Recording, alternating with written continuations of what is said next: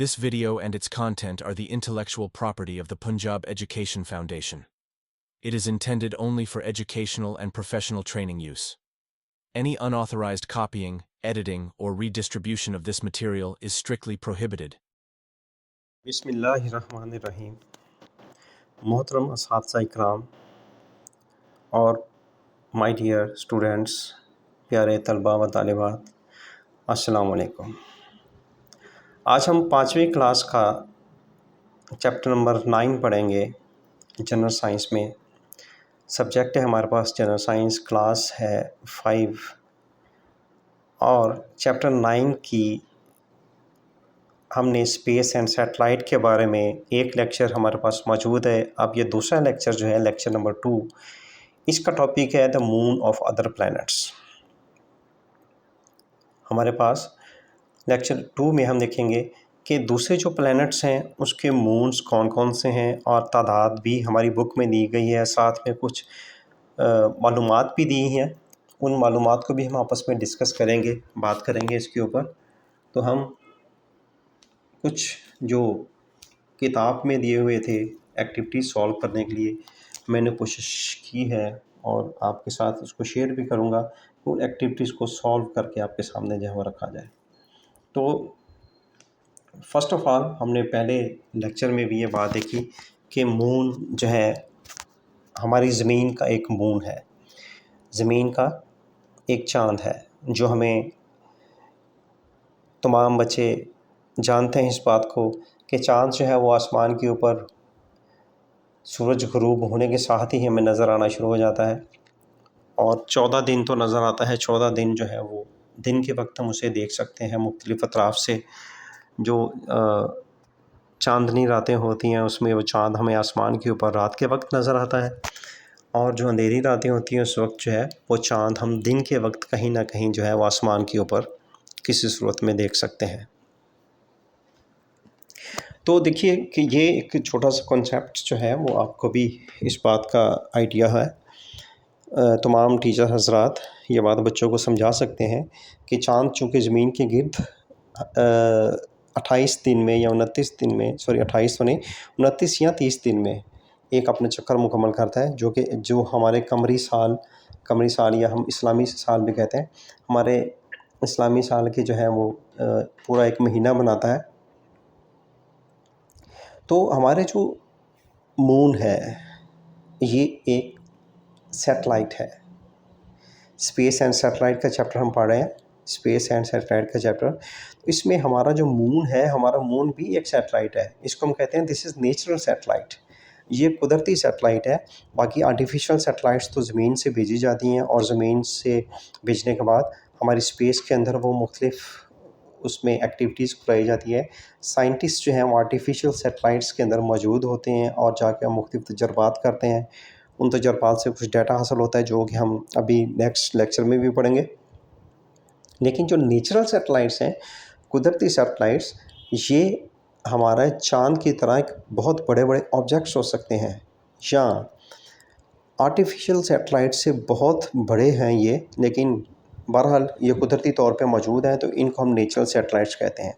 तो natural satellites जिस तरह से हमारे पास चाँद है या चाँद के अलावा भी बहुत सारे जो हैं बाकी सितारों के, मार्स के, जुपिटर के बहुत सारे मून्स हैं या सैटर्न तो हमें पता है, टीचर्स भी इस बारे में जानते होंगे और बच्चे भी, कि सैटर्न तो हमारे सोलर सिस्टम का वो एक प्लैनेट है जिसके गिर्द जो है वो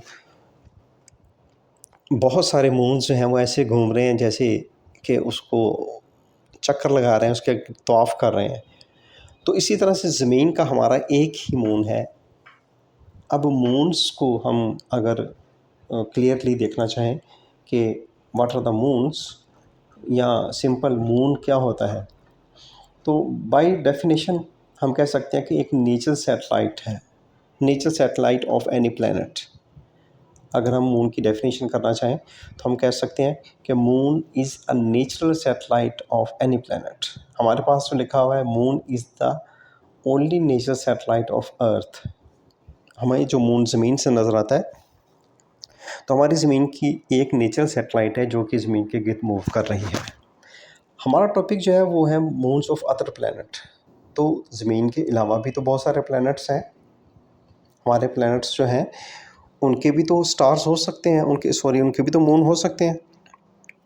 जी, उनके भी मून हैं। उन मून्स के बारे में अगर हम उनकी तादाद देखें तो जो दूसरे प्लैनेट हैं, जिस तरह से हमारी ज़मीन की सबसे करीबी हमसाया जो प्लैनेट है उसकी बात करें मार्स की, तो मार्स के 2 मून्स हैं।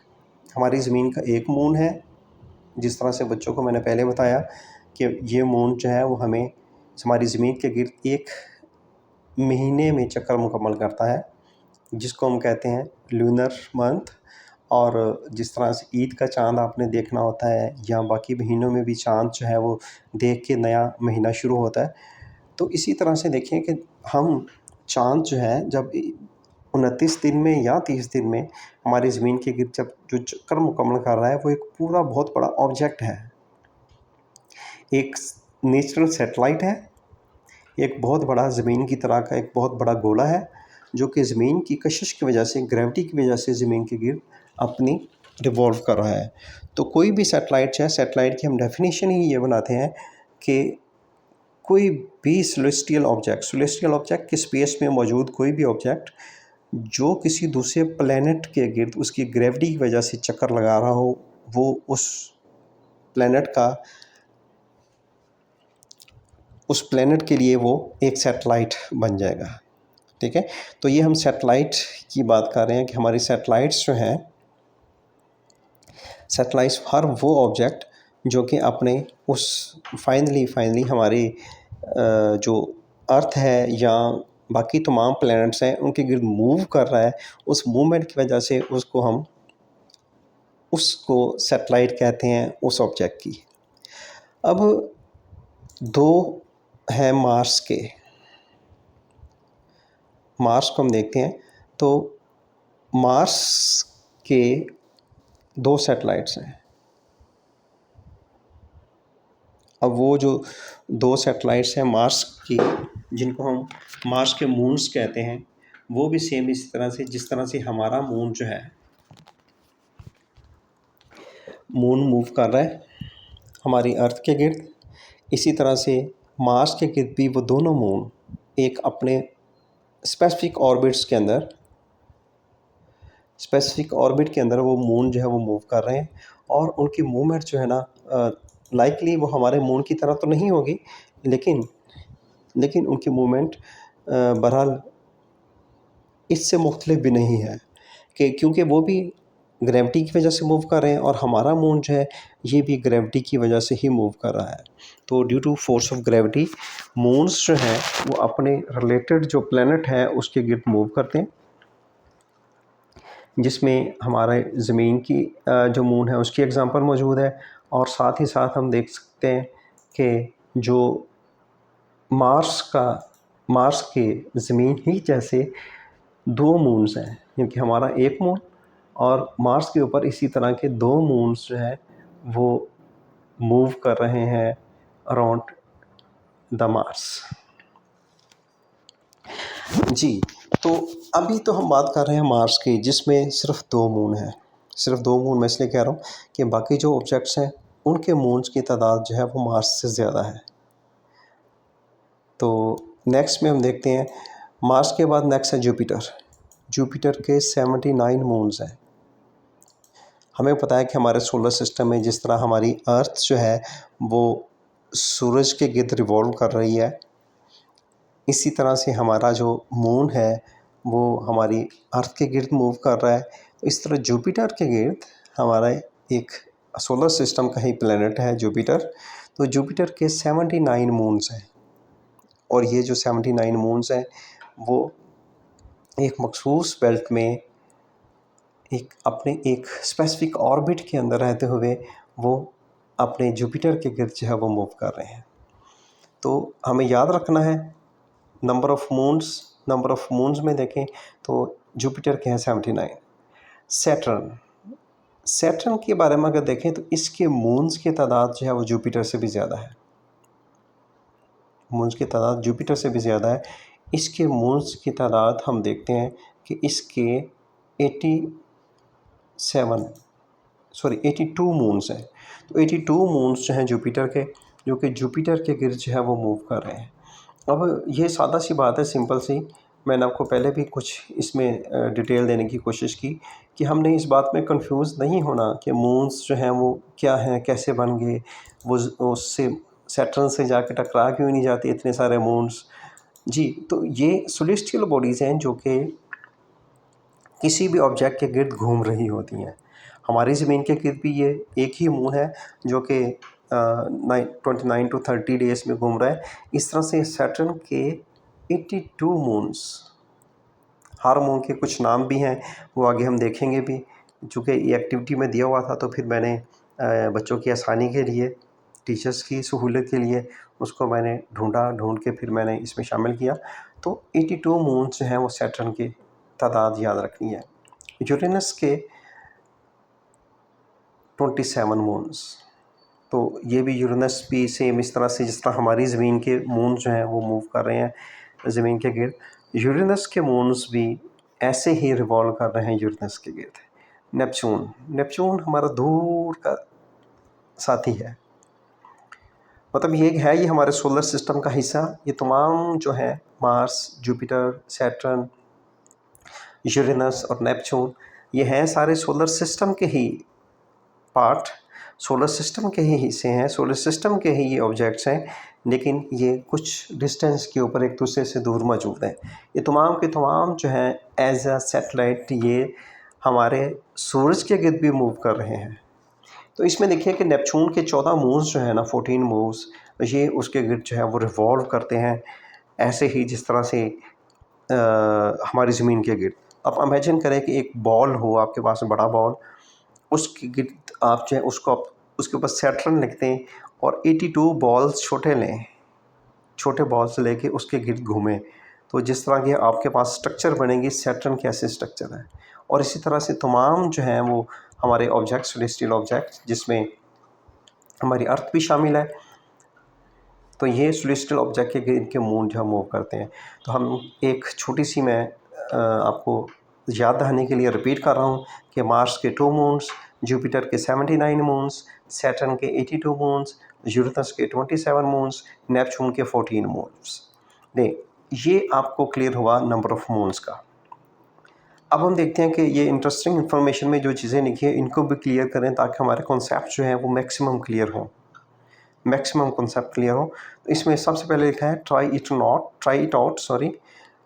It out. इसको हम ट्राई करेंगे। क्या है कि very fantastic moons of Jupiter and Saturn can be seen by using even a moderate power handling micro telescope.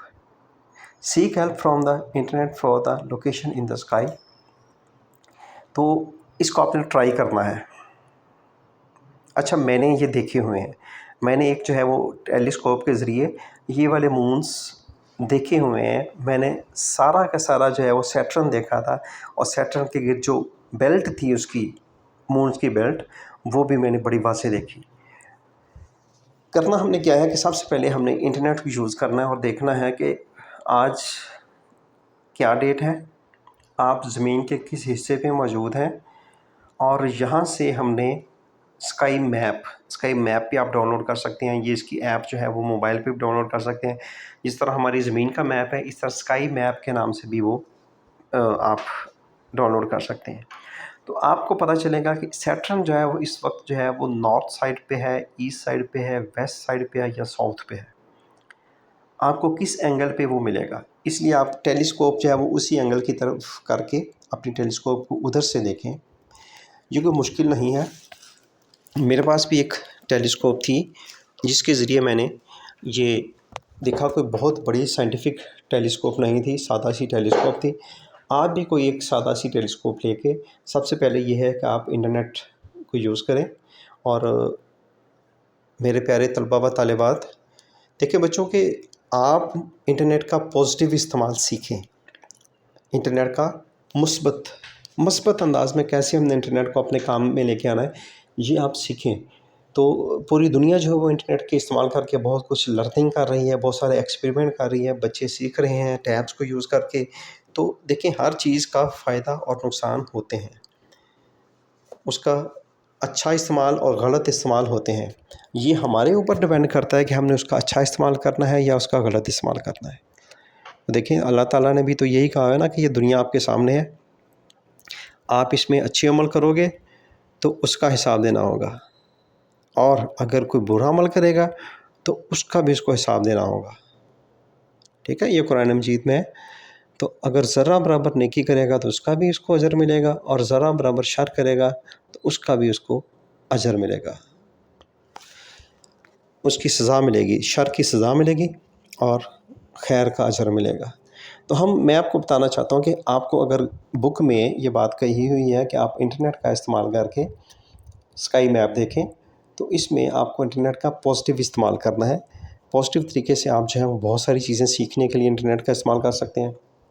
तो आप गूगल पे जाएं या कोई और सर्च इंजन को यूज़ करें, उसे कहें कि हमें स्काई मैप चाहिए, या गूगल को आप बताइए, या आजकल जो है वो artificial intelligence AI tools use हो रहे हैं, आप उन्हें बताइए कि मेरी लोकेशन ज़मीन के ऊपर ये है, अपने लॉन्गिट्यूड लैटिट्यूड बताएं, अपने कोऑर्डिनेट्स बताइए, मैं यहाँ पे मौजूद हूँ, मुझे बताइए कि मुझे सैटर्न जो है वो किस वक्त साफ़ और क्लियर नज़र आएगा, और उसकी डायरेक्शन क्या होगी, किस एंगल पे, left side sorry east west north south, कौन सी साइड पे किस एंगल पे मुझे वो नज़र आएगा। आप उस एंगल पे अपनी टेलीस्कोप को जो है फिक्स करें, और आप बड़ी आसानी के साथ जो है वो सैटर्न को और जुपिटर को देख सकते हैं, क्योंकि इनके गिर्द जो मून्स जो हैं वो बड़े वाज़ेह एक रिंग की शक्ल में नज़र आते हैं। वो रिंग जो है वो आप देख सकते हैं। अच्छा, दूसरी कंडीशन ये है कि अगर आपके पास टेलीस्कोप नहीं है तो ये काम डायरेक्टली आप जो है वो इंटरनेट से भी कर सकते हैं। इंटरनेट से आप जो है वो ढूँढें और उन्हें कहें कि हमें इमेजेस दिखाएँ सैटर्न के और यूरेनस के, सैटर्स के और जुपिटर के, क्योंकि इनकी तादाद से ज़्यादा है। यूरेनस के भी नज़र आ जाएंगे लेकिन इनकी तादाद ज़्यादा है, तो आपको ये मून जो है बड़े वाज़ेह नज़र आएंगे।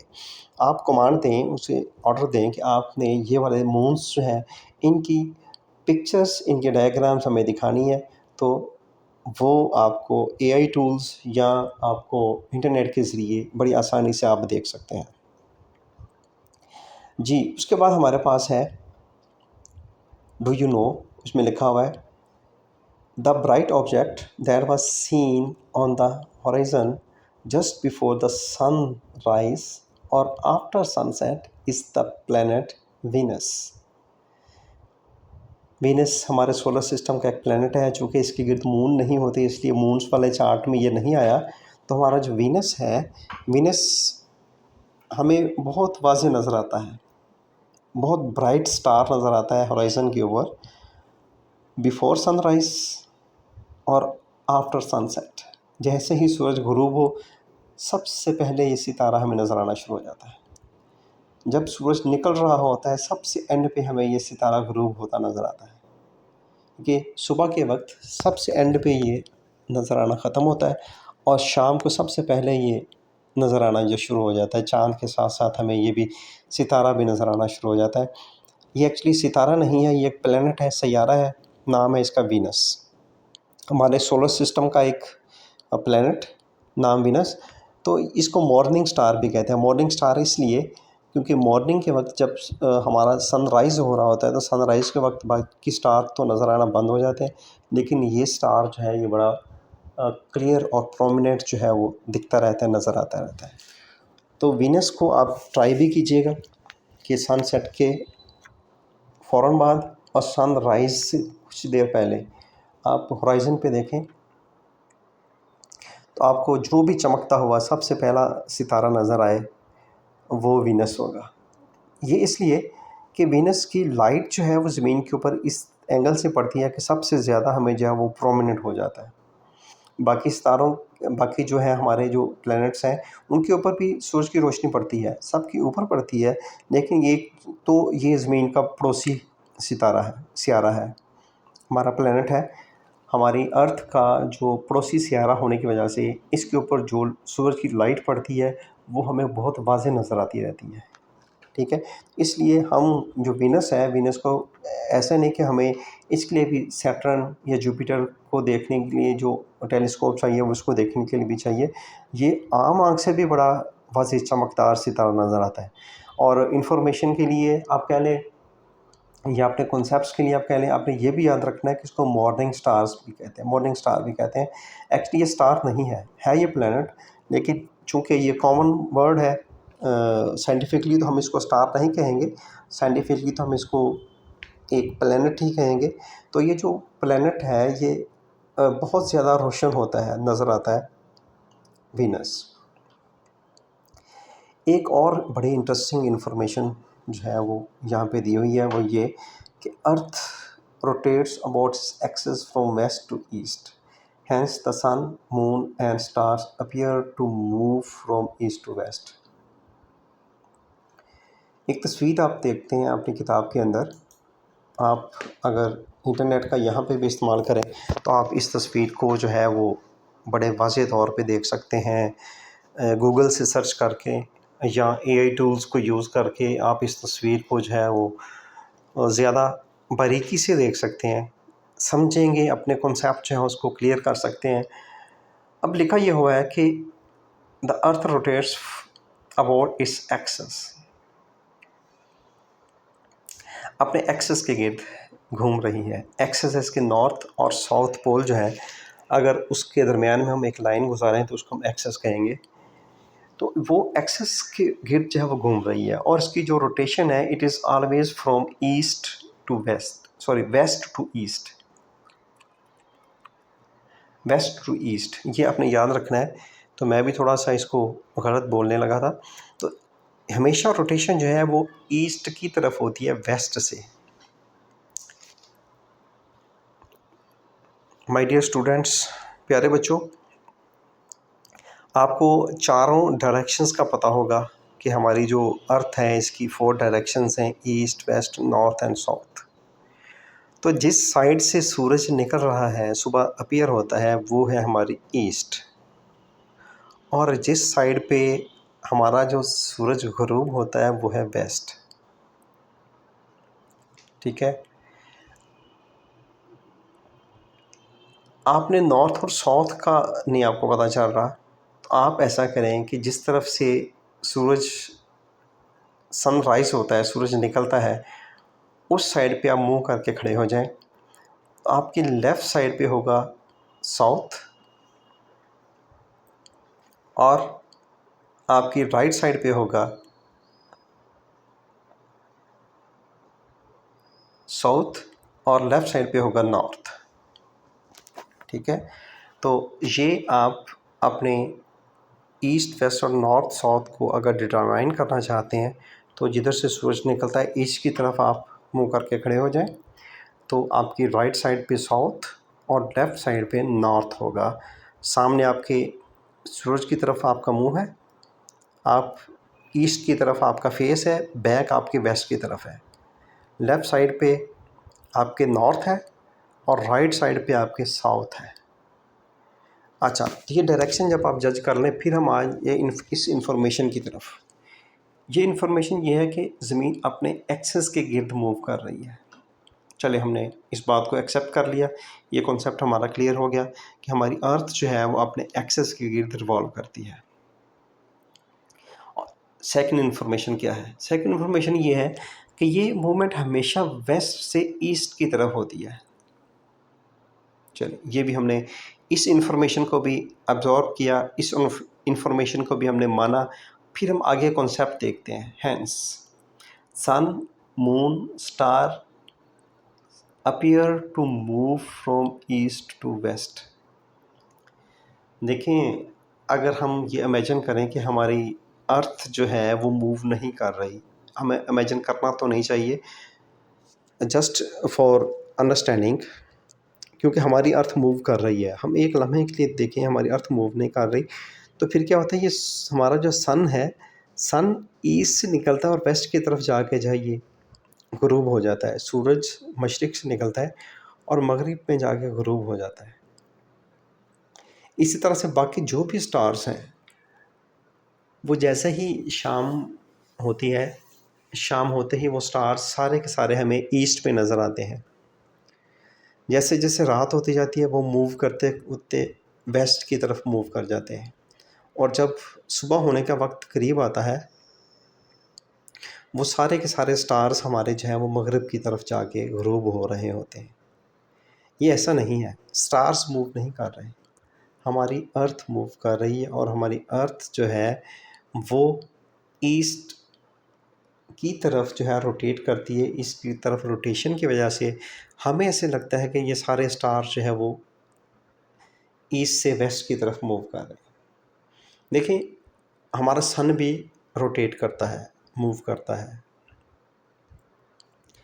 हमारी ज़मीन भी अपने एक्सेस के गिर्द भी और अपने ऑर्बिट में भी मूव करती है। बट इनकी अगर एक लम्हे के लिए हम देखें कि हमारी ज़मीन अगर मूव नहीं कर रही, तो फिर ये सारे के सारे ऑब्जेक्ट्स जो है वो हमें एक जगह पे स्टिल नज़र आए, तब तक जब तक ज़मीन मूव ना करे। लेकिन मूवमेंट जो है वो हमें ज़मीन पे बैठे हुए महसूस नहीं होती, रोटेशन एक्सेस के गिर्द जो है मूवमेंट। हमें वो स्टार्स जो है एक लम्हे के लिए अगर हम देखते हैं तो वहीं पे नज़र आते हैं।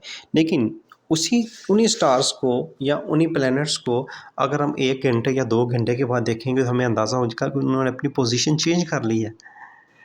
वो जहाँ पे पहले थे अब वहाँ पे नहीं है।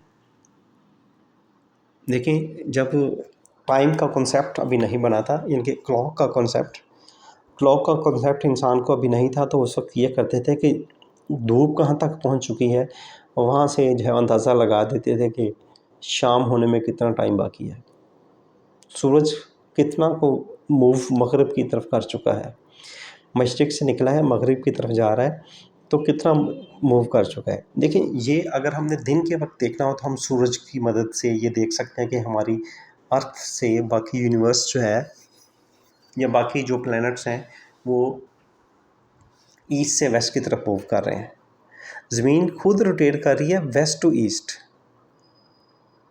ओके, ये बात आपने ज़हन में रखनी है कि एक्सिस के गिर्द जो मूवमेंट है वो वेस्ट से ईस्ट की तरफ है, लेकिन बाकी जो ऑब्जेक्ट है हमें लगता है वो ईस्ट से वेस्ट की तरफ जा रहे हैं। ये उल्ट है दोनों का। हमारी ज़मीन की अपनी रोटेशन वेस्ट टू ईस्ट है, बाकी जो ऑब्जेक्ट हमें नज़र आते हैं मूव करते, वो हमें लगता है कि वो ईस्ट से वेस्ट की तरफ जा रहे हैं। तो हमेशा रोज़ाना सूरज जो है वो ईस्ट से निकलता है और वेस्ट में जाकर ग़ुरूब हो जाता है। एक्चुअली ये हुआ ये कि हमारी ज़मीन ने वेस्ट से ईस्ट की तरफ जो है वो एक्सिस पे रोटेशन की। ये दिन के वक्त हम ऑब्ज़र्व कर सकते हैं, रात के वक्त यही ऑब्ज़र्वेशन हम चाँद के साथ और बाकी स्टार्स, सबसे जो प्रोमिनेंट है मॉर्निंग स्टार्स जिसको हम कह रहे हैं, वीनस हमारा प्लैनेट है, तो वीनस में ऑब्ज़र्व कर सकते हैं कि वीनस जैसे ही सनसेट होता है तो हमें वीनस नज़र आना शुरू हो जाता है, और वो वीनस जो है with the passage of time move करता करता जो है वो मगरिब की तरफ चला जाता है। और एक वक्त ऐसा आता है कि हमें लगता है कि वीनस जो है वो मगरिब में जाके ग़ुरूब हो गया है। ये कि सुबह के वक्त आपको वो जिस तरह से रमज़ानुल मुबारक में सहरी के वक्त उठते हैं, तो उस वक्त अगर हम नोट करें तो ये वीनस हमें मगरिब की तरफ नज़र आएगा। लेकिन शाम को जैसे ही रात का अंधेरा हो तो वीनस की तरफ हम आसमान की तरफ देखें तो ये वीनस हमें ईस्ट की तरफ नज़र आएगा। तो साथ पूरी रात इसने मूव नहीं किया, बल्कि हुआ ये कि हमारी ज़मीन ने खुद मूव किया वेस्ट से ईस्ट की तरफ। तो उसके नतीजे में हमें ये लगा कि इसने वीनस ने और बाकी चाँद ने और बाकी सितारों ने वेस्ट से ईस्ट की तरफ, ईस्ट से वेस्ट की तरफ मूव किया। तो ये थोड़ा सा आप जो है वो कॉन्सेप्ट बच्चे इनको समझें। कॉन्सेप्ट सादा सा है, हमारी ज़मीन जो है वो मूव कर रही है, हमने इस बात को समझा। हमारी ज़मीन जो है अपने एक्सिस के गिर्द मूव कर रही है, इस बात को हमने समझा। हमारी ज़मीन वेस्ट से ईस्ट की तरफ मूव कर रही है, इस बात को हमने समझा। हमें जो है वो बाकी सेलेस्टियल ऑब्जेक्ट्स जो हैं, चाँद, सितारे, प्लैनेट्स, सूरज, ये सारे के सारे ईस्ट से वेस्ट की तरफ जाते हुए महसूस होते हैं। वजह क्या है कि हमारी ज़मीन खुद वेस्ट से ईस्ट की तरफ मूव कर रही है। तो ये कॉन्सेप्ट मुझे उम्मीद है आपको क्लियर हो चुका होगा। जो रिटन फॉर्म में मैंने मटेरियल दिया है उसकी डायग्राम में भी हम ये देख सकते हैं। मूवमेंट के हवाले से आपको आसानी से चीज़ें क्लियर हो जाएंगी। अच्छा जी, एक एक्टिविटी दी है, इस एक्टिविटी में कहा हुआ है कि student should find the name of moon of some planet using the internet और लाइब्रेरी। तो प्यारे बच्चों,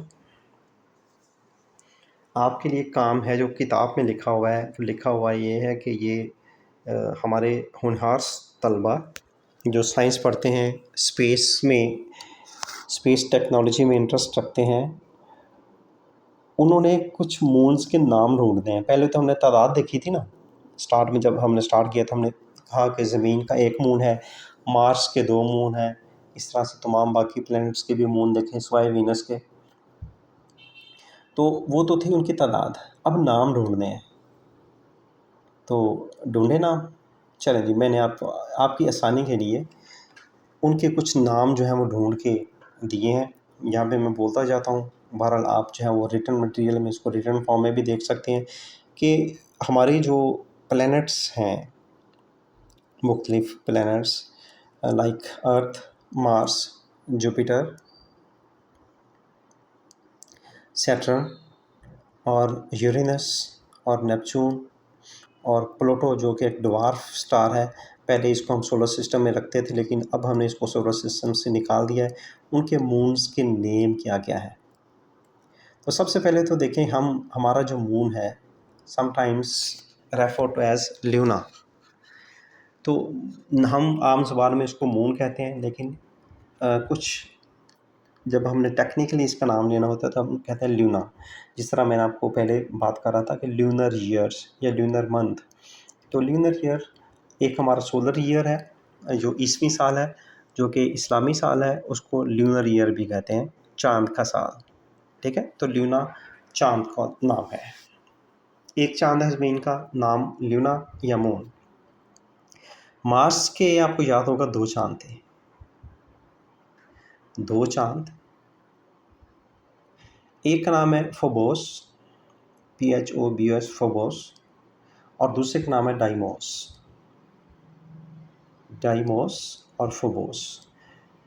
तो चूँकि आपने इंटरनेट से कुछ बच्चों के पास सहूलत मौजूद नहीं होती, इसलिए मैंने इनके नाम लिख के आपको दे दिए हैं।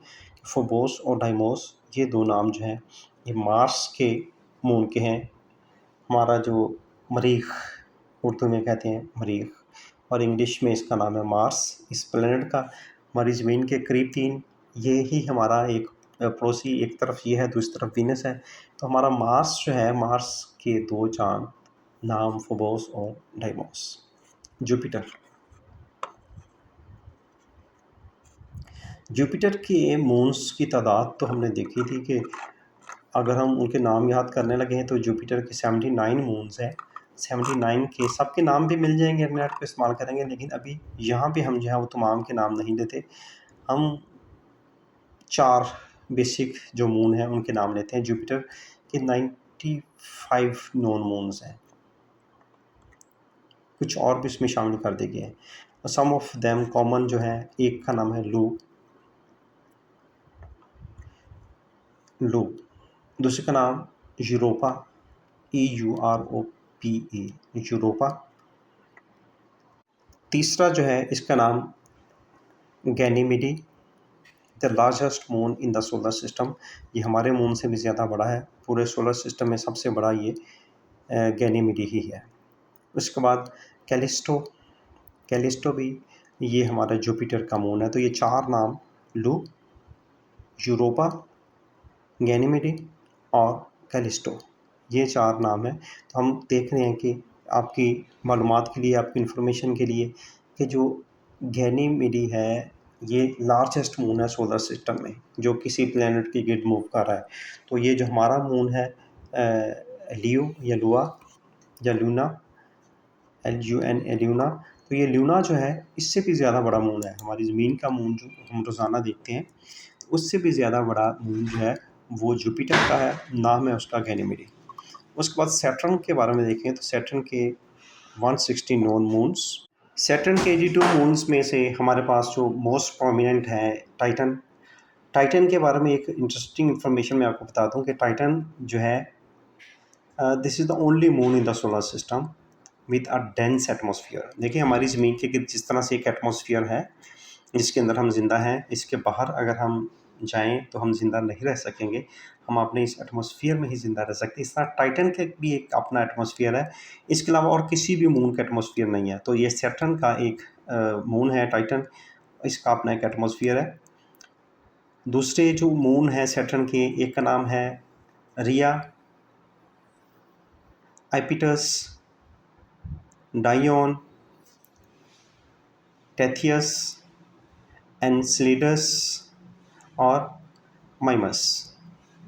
ये नाम तो शायद आपको कुछ नासाई ना हो इनसे, लेकिन बहरहाल एक दो दफ़ा बच्चे ख़ास तौर पे जल्दी याद कर लेते हैं, पढ़ेंगे तो इनको याद हो जाएंगे। यूरेनस के बारे में देखें कि यूरेनस के 27 नोन मून्स हैं और इसमें हम जो नाम यूरेनस के मून्स के वो देख देते हैं। इसमें सबसे पहले टाइटेनिया, ओबेरॉन, अम्ब्रियल, एरियल, माइरेंडा। तो ये 5 नाम जो है वो हमारे पास हैं यूरेनस के टोटल 27 में से। नेपच्यून के आपको याद होगा कि हमारी 14 मून्स हमने देखे कि नेपच्यून के 14 मून्स हैं। Tritone, the large moon with a retrograde orbit. तो ये रेट्रोग्रेड ऑर्बिट सिर्फ ये ट्राइटोन जो है इसका नेपच्यून का मून टिकट है। नेराइट और प्रोटियस, ये इसके 2 और मून हैं। उसके बाद कुछ ड्वार्फ प्लैनेट हैं, जिस तरह से प्लूटो को पहले हमने सोलर सिस्टम में रखा था, लेकिन अब हमने इसको एक ड्वार्फ प्लैनेट कह के उसमें से निकाल दिया है। उसके भी 5 मून्स हैं प्लूटो के, जिसमें कैरॉन, निक्स, हाइड्रा, कर्बिलोस और स्टाइक्स, ये 5 नाम इन मून्स के। तो ये एक एक्टिविटी ऐसी जो तमाम बच्चों को कहा गया था कि आपने स्टूडेंट्स ने देखनी है और इसको आपने इंटरनेट से ढूंढना है। तो बच्चों की आसानी के लिए, चूँकि हमारे प्यारे बच्चे जो हैं वो बहुत मेहनती हैं, तो उनकी आसानी के लिए मैंने कोशिश ये की है कि ये वाली चीज़ें उनको मैं प्रोवाइड कर दूँ, ताकि उनको इंटरनेट से ढूंढने में कोई मुश्किल ना हो।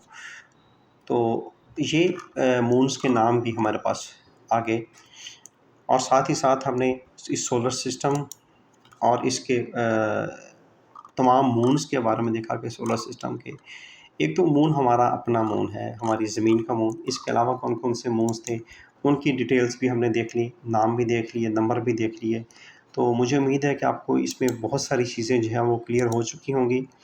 बाकी इसको इंटरेस्ट लेके अगर टीचर एक्टिविटी के साथ पढ़ाएँ, छोटी-छोटी एक्टिविटीज़ बच्चों को कराएँ स्पेस साइंस के बारे में, और बच्चे भी इंटरेस्ट लेके पढ़ेंगे, तो मुझे उम्मीद है कि ये तमाम चीज़ें जो हैं कोई ऐसी नहीं है जो कि आपको समझ ना आए। ठीक है? सिर्फ थोड़ी-सी कोशिश की ज़रूरत है, जो कि आप ज़रूर कीजिएगा। तो मुझे उम्मीद है कि आप अच्छी कोशिश के साथ इसको अंडरस्टैंड करेंगे। बहुत सी दुआओं के साथ। अल्लाह हाफ़िज़।